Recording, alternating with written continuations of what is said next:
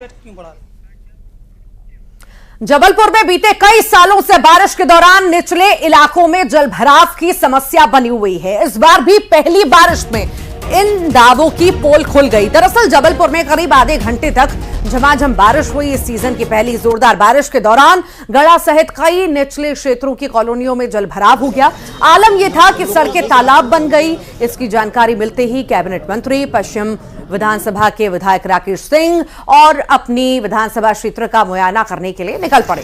गढ़ा की गंगा नगर और चंदन कॉलोनी में करीब 1 फीट तक पानी भर गया था। राकेश सिंह बरसते पानी में ही कॉलोनी का निरीक्षण करने निकले और पैदल मार्च करते हुए सभी जगह घूमकर स्थिति का जायजा लिया। इस दौरान उन्होंने तत्काल नगर निगम के अधिकारियों को बुलाकर जलभराव की समस्या से समाधान निकालने के निर्देश दिए हैं।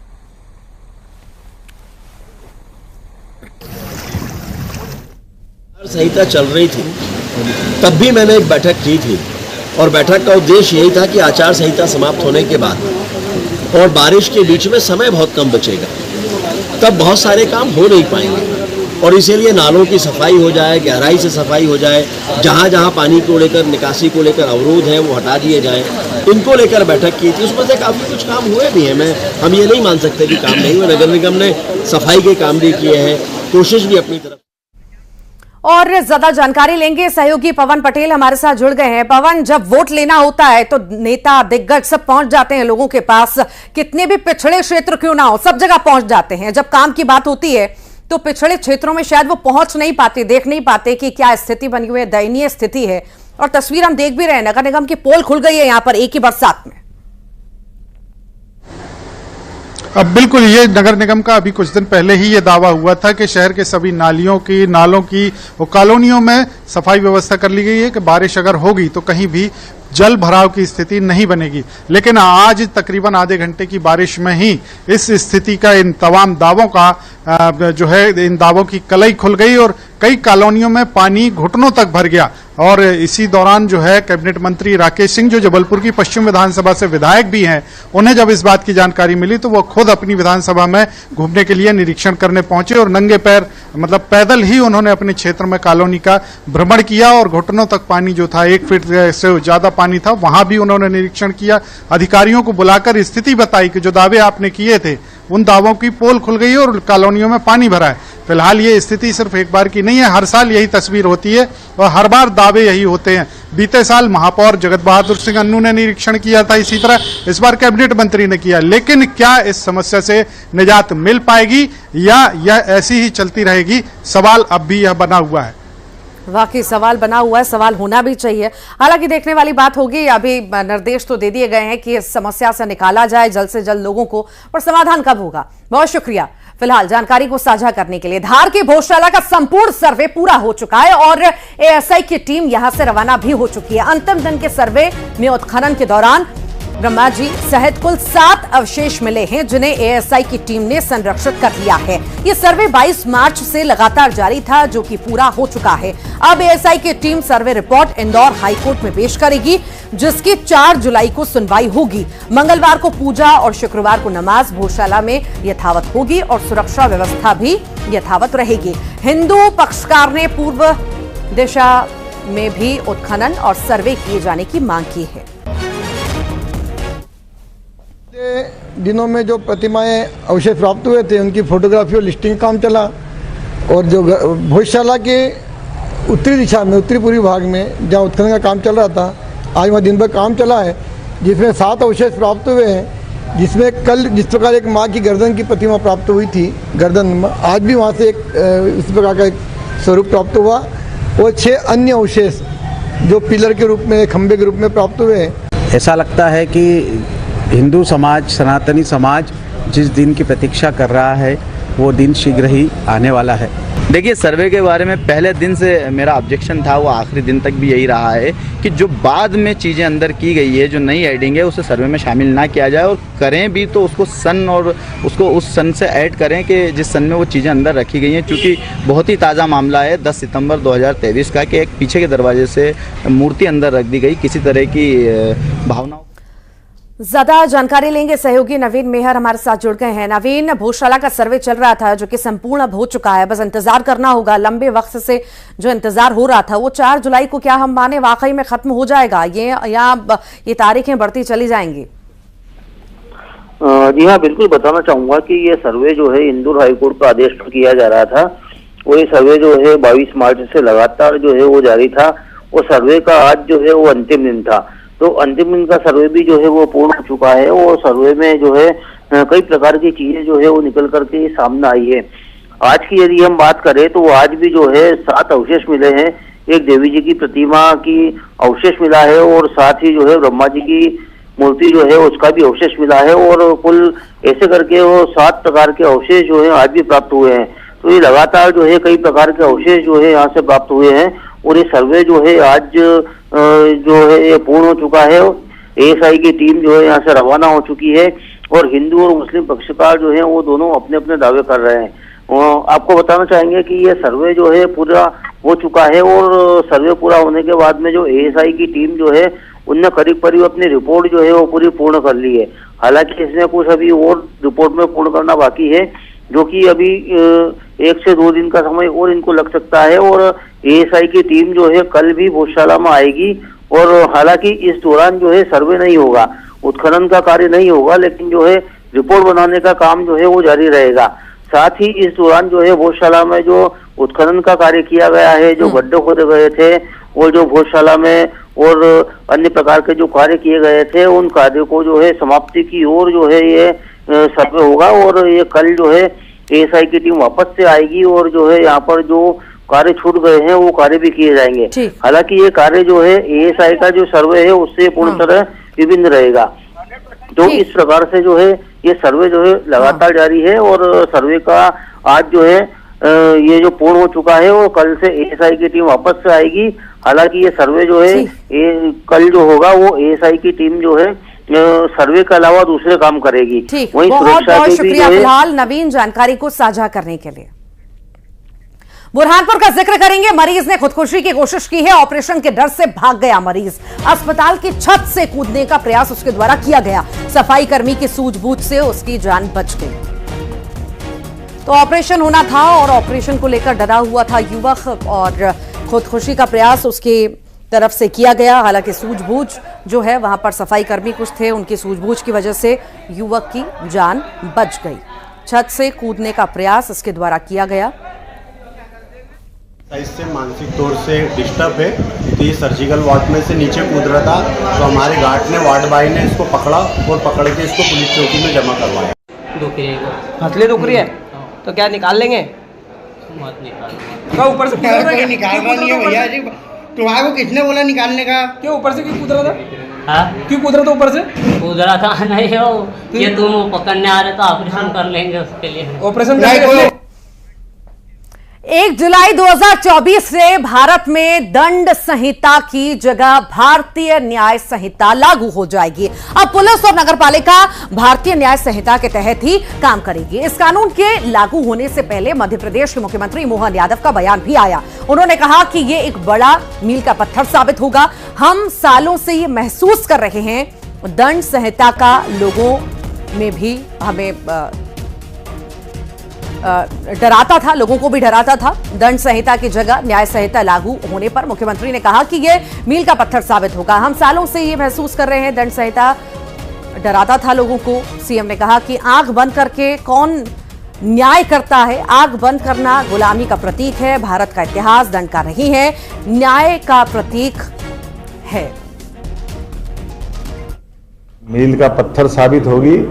हम वर्षों से इस बात को महसूस करते थे कि हमारे यहाँ ये जो आईपीसी की धारा 1860 दंड भारतीय दंड संहिता जिसका लोगो ही हमको डराता था। आंखों पे पट्टी बांधी हुई न्याय की देवता तराजू में अपना न्याय करे। आंख पे पट्टी बांध के कौन न्याय करा सकता है? हमारे यहाँ तो पंच परमेश्वर की पद्धति है। आंख खोल करके 5 जने गांव के अंदर भी बैठ करके किसी के भी फैसले कर सकते हैं। तो ये न्याय की परंपरा विक्रमादित्य के काल से, राम राज्य के काल से, तो ऐसे में पुनर्स्थापित किए माननीय मोदी जी की सरकार ने और हम उसको लागू कर रहे हैं। हमें इस बात का गर्व। और दंड संहिता मतलब जो सामने आए उसको केवल दंड देना, इसलिए उनका उसमें निहितार्थ था कि वो दंड संहिता अर्थात हर व्यक्ति के लिए दंड की कल्पना करते हैं। हमारे यहाँ न्याय की परंपरा है, इसलिए न्याय से हमारा संबंध आता। और विक्रमादित्य का न्याय, प्रेमचंद का पंच परमेश्वर वाली कहानी, ऐसे सब शुरू से हमारे यहाँ तो कई उदाहरण भरे पड़े। हरिश्चंद्र का न्याय। इंदौर में सब्जियों के दाम आसमान छू रहे हैं। शहर में सब्जियों की कीमतों में लगातार इजाफा हो रहा है।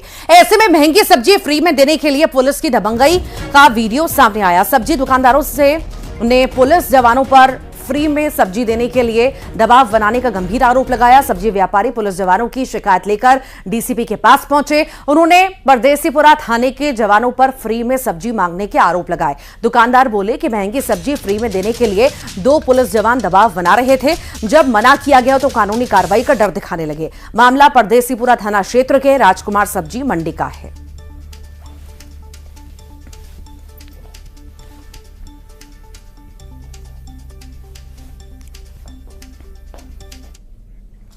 उज्जैन में छेड़छाड़ पर युवक की पिटाई की गई। घर में पुताई कर रहे युवक ने छेड़छाड़ की। हिंदू संगठन कार्यकर्ताओं ने पिटाई कर दिया और पुलिस के हवाले कर दिया। चिमनगंज मंडी थाना क्षेत्र की घटना है। सॉफ्टवेयर इंजीनियर युवती से की थी छेड़छाड़।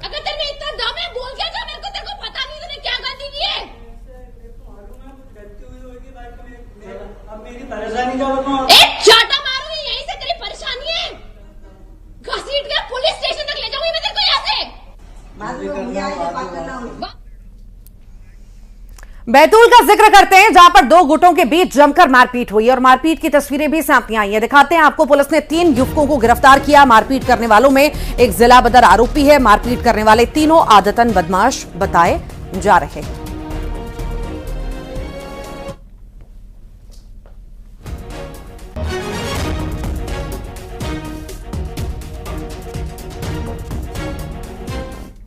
और अब बात भोपाल की, जहां निजी स्कूलों की मनमानी पर बड़ी कार्रवाई हुई है। छात्रों से अधिक फीस वसूली पर DPS Shri Chaitanya techno Campion school और सेज इंटरनेशनल पर कार्रवाई हुई है। कलेक्टर इन स्कूलों को फीस वापस करने के निर्देश दे चुके हैं। साथ ही इन पर जुर्माना भी लगा दिया।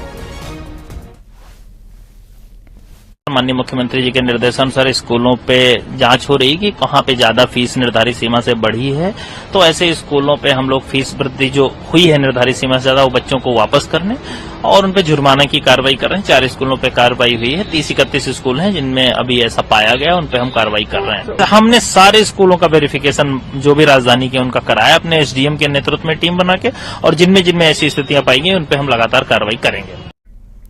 जबलपुर में गेहूं घोटाले को लेकर जिला प्रशासन ने वेयर हाउस संचालक सहित 7 लोगों पर एफआईआर दर्ज कराई है। मामला मझौली स्थित जगदीश वेयर हाउस का है, जहां पिछले दिनों एसडीएम ने औचक निरीक्षण किया था। निरीक्षण के दौरान वेयर हाउस में मिलावटी गेहूं और अमानक गेहूं पाया गया था, जिसके बाद कलेक्टर ने वेयर हाउस में रखे पूरे गेहूं की जांच करने के निर्देश दिए थे। जिला खाद्य नियंत्रक नदीमा श्री की टीम ने गहराई से जांच की, जिसमें वेयर हाउस संचालक सहित 7 लोगों की मिलीभगत सामने आई। बहरहाल कलेक्टर के निर्देश पर अमीना लोधी, प्रकाश चंद कुशवाहा, दुर्गा विश्वकर्मा, केशव राय, अखिलेश राय, संदीप राजपूत, गणपत पटेल के खिलाफ मझौली थाने में एफआईआर करा दी गई। फर्जी खरीदी चढ़ी होना पाई गई थी। मतलब जितनी खरीदी चढ़ी हुई थी उसकी तुलना में करीब 1600 कुंटल के आसपास का जो गेहूं है वहाँ पे कम था, तो इस कारण करीब 40 लाख का माल वहाँ कम पाया गया। इसकी वजह से एफआईआर की गई। राजधानी भोपाल में करीब 1 सैकड़ा स्कूलों की हालत खराब है। 2 साल के स्कूल प्रबंधक राज्य शिक्षा केंद्र को मरम्मत के लिए प्रस्ताव भेज रहा है, लेकिन अब तक राज्य शिक्षा केंद्र ने राशि स्वीकृत नहीं की। न्यूज 18 ने राजधानी भोपाल के रोशनपुरा स्थित नवीन प्राथमिक स्कूल का जायजा लिया। एक ही जर्जर हॉल में 5 कक्षाओं के बच्चे बैठने को मजबूर हैं। स्कूलों की जर्जर हालत पर कांग्रेस ने सरकार को घेरा भी है, तो कांग्रेस के आरोपों पर बीजेपी ने पलटवार भी किया है। मध्य प्रदेश का स्कूल शिक्षा विभाग भले ही मध्य प्रदेश में बेहतर स्कूल भवन होने का दावा करता हो, लेकिन राजधानी भोपाल की तस्वीरें मैं आपको दिखाना चाहूंगा। इस वक्त मैं रोशनपुरा के एक स्कूल पर मौजूद हूं। ये शासकीय नवीन प्राथमिक शाला रोशनपुरा है और ये मात्र एक हॉल में चल रही है। 1 से लेकर 5 तक का स्कूल और काफी जर्जर हालत में भी है और लगभग 2015 के आसपास इस स्कूल को ओपन किया गया था ताकि आसपास की जो बस्ती के बच्चे हैं वो स्थानीय स्तर पर पढ़ सके। लेकिन आप देख सकते हैं कि एक टीन शेड जो है उसी में ये पूरी क्लासेस लगती हैं, सभी क्लासेस इसी में लगती हैं और इसमें भी दिक्कत ये है कि जो टीन शेड है वो जगह जगह से टूट चुका है और जैसे ही बारिश होती है बच्चों की छुट्टी करनी पड़ती है क्योंकि यहाँ पर बारिश से बचने के पर्याप्त इंतजाम भी नहीं है और गर्मी के समय में भी इसी टीन शेड में बच्चों को पढ़ना पड़ता है। लेकिन जो स्थानीय लोग हैं उनकी तरफ से भी कई बार ये मांग की गई है कि स्कूल को एक बेहतर भवन उपलब्ध होना चाहिए ताकि जो बच्चे हैं यहाँ पर जो पढ़ने आते हैं उन्हें किसी तरह की परेशानियों का सामना न करना पड़े। हालांकि मध्य प्रदेश स्कूल शिक्षा विभाग की तरफ से भी कई बार इस बात का जिक्र किया गया है कि जो भी स्कूल जिनकी हालत ठीक नहीं है उनके लिए नए भवन निर्माण कराए जाएंगे। लेकिन राजधानी सहित मध्य प्रदेश के तमाम ऐसे स्कूल भी हैं जो आज भी शिक्षा विभाग के उस आदेश की बाट जो रहे हैं कि वो आदेश जारी हो और उसके बाद यहाँ पर एक नया भवन तैयार हो ताकि बच्चे जो है सुरक्षित माहौल में अपनी पढ़ाई पढ़ सकें। कैमरामैन अजय तंवर के साथ शैलेंद्र सिंह, न्यूज़ 18। सरकार लगातार आप देखेंगे मध्य प्रदेश में स्कूलों की हालत देख लें। सरकारी स्कूलों में कहीं छत टपक रही है, कहीं पर बैठने की व्यवस्था नहीं है, बच्चों को पढ़ाने के लिए शिक्षक नहीं है। इतनी बुरी स्थिति में लगातार 20 साल से ये सरकार यहाँ पर बच्चों के लिए भविष्य की इसे कोई भी चिंता नहीं। मध्य प्रदेश की जो सरकार है और हमारे मुख्यमंत्री डॉक्टर मोहन यादव जी हैं वो शिक्षा व्यवस्था को लेकर बड़े प्रतिबद्धता के साथ कार्य कर रहे हैं। आपने देखा कि बच्चों के विषय में वो कितने संवेदनशील है, किस प्रकार से उन्होंने स्कूल चलो अभियान में टीका लगाकर बच्चों का स्वागत किया था। अभी आप देखेगा बजट में भी जो स्कूल है उनके लिए बजट पास किया जाएगा, नई इमारतें बनाई जाएगी, लगातार सीएम राइज स्कूल बन रहे हैं। तो मुख्यमंत्री डॉक्टर मोहन यादव जी तो खुद एक शिक्षा मंत्री रहे हैं, एक बौद्धिक व्यक्ति हैं। शिक्षा की गुणवत्ता और शिक्षा को किस प्रकार से सुधारा जाए उस चीज का ध्यान वो अवश्य रखेंगे और रखते आ रहे हैं और आप देखेगा कि मध्य प्रदेश शिक्षा व्यवस्था के मामले में नए आयामों को छुएगा।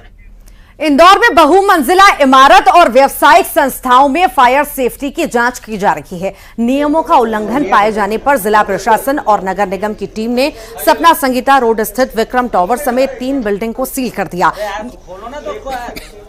यहां फायर सेफ्टी पालन नहीं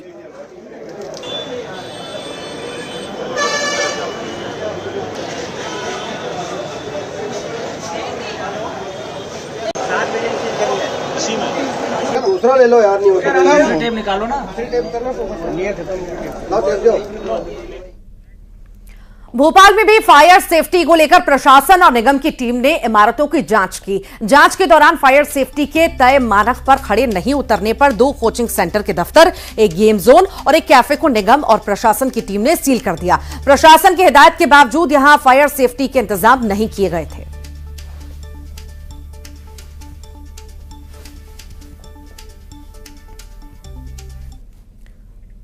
जबलपुर के डुमना एयरपोर्ट को नए स्वरूप में बनाने के लिए करीब 450 करोड़ रुपए खर्च किए गए हैं, लेकिन जरा सी भी बारिश ने इसके निर्माण में हुए भ्रष्टाचार की पोल खोल दी है। दरअसल बारिश के दौरान एयरपोर्ट के ड्रॉप एंड गो जोन के ऊपर लगा शेड गिर गया, जिसमें नीचे खड़े सरकारी वाहन बुरी तरह से क्षतिग्रस्त हो गए। गनीमत ये रही कि कार में उस वक्त कोई नहीं था, जिससे जनहानि नहीं हो पाई।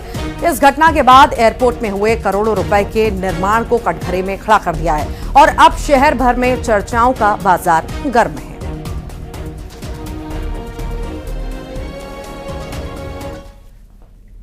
इंदौर में अब शहर महिला कांग्रेस आरएसएस की तर्ज पर महिलाओं का प्रशिक्षण शिविर आयोजित करने जा रही है। इस शिविर में महिलाओं को लाठी और डंडे चलाने का प्रशिक्षण दिया जाएगा। इसके लिए महिला शहर कांग्रेस युवतियों का रजिस्ट्रेशन करा रही है। इस तरह के प्रशिक्षण शिविरों का आयोजन अभी तक दुर्गा वाहिनी और बजरंग दल महिलाओं के लिए करते आए हैं। कांग्रेस के इस शिविर पर बीजेपी ने निशाना भी साधा। बीजेपी के प्रदेश सह मीडिया प्रभारी दीपक जैन ने कहा कि आरएसएस महिलाओं को सम्मान के साथ सशक्त बनाने का काम कर रही है, जबकि कांग्रेस के नेता महिलाओं का लगातार अपमान कर रहे हैं। वहीं दुर्गा वाहिनी ने कांग्रेस के इस शिविर का स्वागत किया और कहा कि कांग्रेस को यदि हमसे इस शिविर में कोई मदद चाहिए तो जरूर की जाएगी। तो आप डिफेंस कैसे करोगे? तो आपको अपना हाथ पूरा ऐसे पीछे से घुमा के 5, 6